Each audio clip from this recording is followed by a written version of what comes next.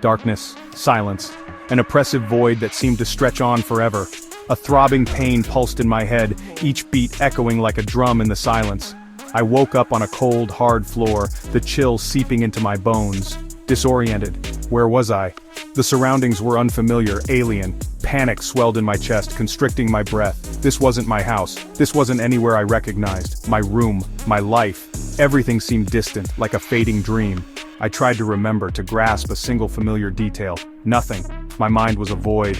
My mind was a blank canvas, the past erased by an unseen hand. No memories, no clues. Fear, cold and sharp, pierced through the fog in my mind. It was the only thing that felt real. I pushed myself up, my hand instinctively reaching for the wall for support. The effort was immense. It was rough against my skin, like the cold, unyielding surface of a tombstone, a grim reminder of reality. A shiver ran down my spine, a physical manifestation of my growing dread. The room was shrouded in an unsettling darkness, the only source of light filtering in through a crack in the boarded-up window. It felt like a prison. Dust motes danced in the pale light beams, specters in the stillness. They were the only things that moved, the only signs of life in this desolate place. I stumbled towards the window, each step echoing in the oppressive silence. The air was thick, almost tangible, pressing down on me with an invisible weight. The air hung heavy, thick with the scent of decay and something else, something unidentifiable yet distinctly unsettling. It was as if the room itself was alive, breathing in sync with my own ragged breaths. The floorboards groaned under my weight as I moved. Each step felt like a betrayal, a disturbance in the ancient stillness that had settled here. Each creak and groan sounded like a whispered warning, urging me to turn back, but curiosity, or perhaps something deeper, pushed me forward. My heart pounded against my ribs, a frantic drumbeat against the suffocating silence. Fear gripped me, but so did a strange sense of purpose. I finally reached the window and pried open the boards. The wood was brittle, crumbling under my fingers, as if it had been waiting for this moment. A sliver of gray light cut through the darkness, revealing a room frozen in time. The light seemed to breathe life into the shadows, making them dance on the walls. Cobwebs draped the furniture like ghostly shrouds, and dust lay thick on every surface. It was a place forgotten by time, yet it felt eerily familiar. My reflection stared back at me from a tarnished mirror on the wall, a stranger with wide, fear-filled eyes. The eyes seemed to hold secrets, stories untold. Who was I? How did I get here? The questions echoed in my mind, unanswered, as the room seemed to close in around me. I ventured out of the room, my hand trailing along the wall for guidance. The hallway stretched before me, a tunnel of shadows and whispers. Every doorway I passed seemed to watch me, judging my every move.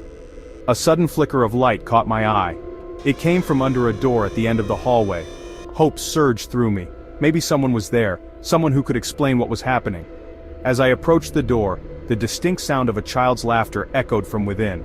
It was a chilling sound, devoid of joy, laced with an unnerving malice. My blood ran cold. I reached for the doorknob, my hand trembling. What awaited me on the other side? A friendly face, or something far more sinister? The doorknob turned with a click, and I pushed the door open slowly. The laughter stopped abruptly. The room was empty. A single rocking horse stood in the center, swaying gently as if pushed by an unseen hand. Panic clawed at my throat. This place was messing with my mind, toying with my sanity. I had to get out, now. As I turned to leave, I noticed something scrawled on the wall.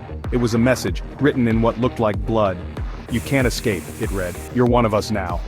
The rocking horse behind me creaked again, its vacant eyes seeming to follow my every move. I backed away slowly, my heart pounding against my ribs like a trapped bird.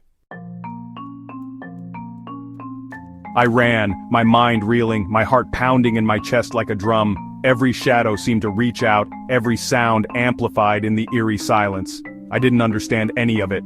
The confusion was overwhelming, a fog that clouded my thoughts and made every step feel uncertain. The house, the messages, the laughter. It was all a cruel joke, a nightmare I couldn't wake up from. Each message was more cryptic than the last, each laugh more sinister. I burst out of the front door and into the blinding sunlight. Relief washed over me. I was free. Or so I thought. But as I looked around, my blood ran cold. The world outside was not the sanctuary I had hoped for. The house stood alone, perched precariously on the edge of a bottomless abyss. It was as if the world had ended right there. There were no roads, no signs of life, just an endless expanse of darkness stretching out in every direction. It was a void, a desolate wasteland. And then, I saw them. Faces.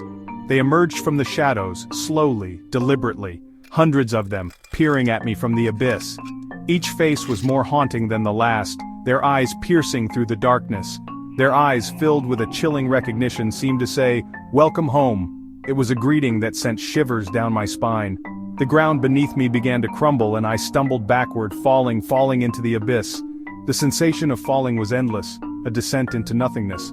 The last thing I saw were those faces, their grins widening as the darkness swallowed me whole. Was this the end? Or was it just the beginning? Or just the beginning of a nightmare far more terrifying than I could have ever imagined? A reality beyond comprehension where fear was the only constant.